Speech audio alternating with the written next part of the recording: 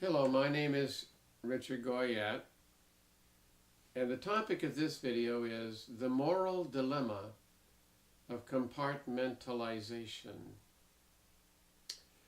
We are not normally disturbed by the misfortunes of others unless we actually make physical contact with them. While leaving choir rehearsal one night, I walked past a man who was sitting in the doorway of the church in much distress. He was a mess and would not make eye contact with anyone as we walked past him on our way out. A minute or two after I drove away, my conscience got the best of me, and I circled back and eventually found him outside on the other side of the church, crying uncontrollably. He said his wife just kicked him out for the last time, and he had walked about 15 miles from there to where he now was. He was filthy and unkempt, and apparently all of his worldly possessions fit in a very small knapsack. Both he and his wife, who were on public assistance, were addicted to drugs, fought all the time, and he was prone to violence. To make matters worse, she has a small child. I couldn't persuade him to let me take him back home or anywhere for help. Eventually, he walked away and didn't want me to follow. I did anyway, gave him some money, and left him there in the freezing cold. I felt so hopeless. Of course, I was emotionally devastated by this.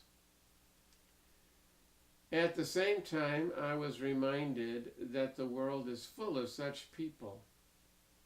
And almost 100% of the time, I do not actually care at all and feel no strong emotions about the plight of the homeless, as I did this evening.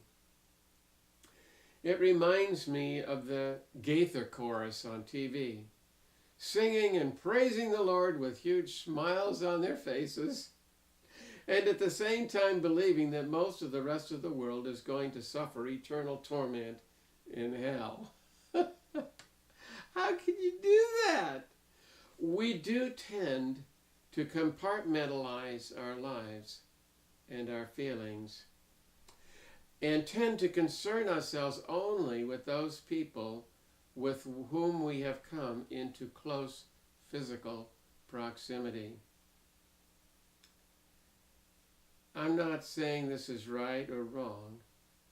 It only illustrates why people are able to believe in eternal torment and hell for most of humanity while not being in the least bothered by it. Just so you know, the way I decided to handle my moral dilemma with respect to what happened that night was to become a regular contributor to the Jesus Center in a town nearby, whose mission it is to minister to people like the one I was personally unable to help that night. And many years later, I spend a great deal of time each week in ministries to the homeless nearby. Thanks for watching.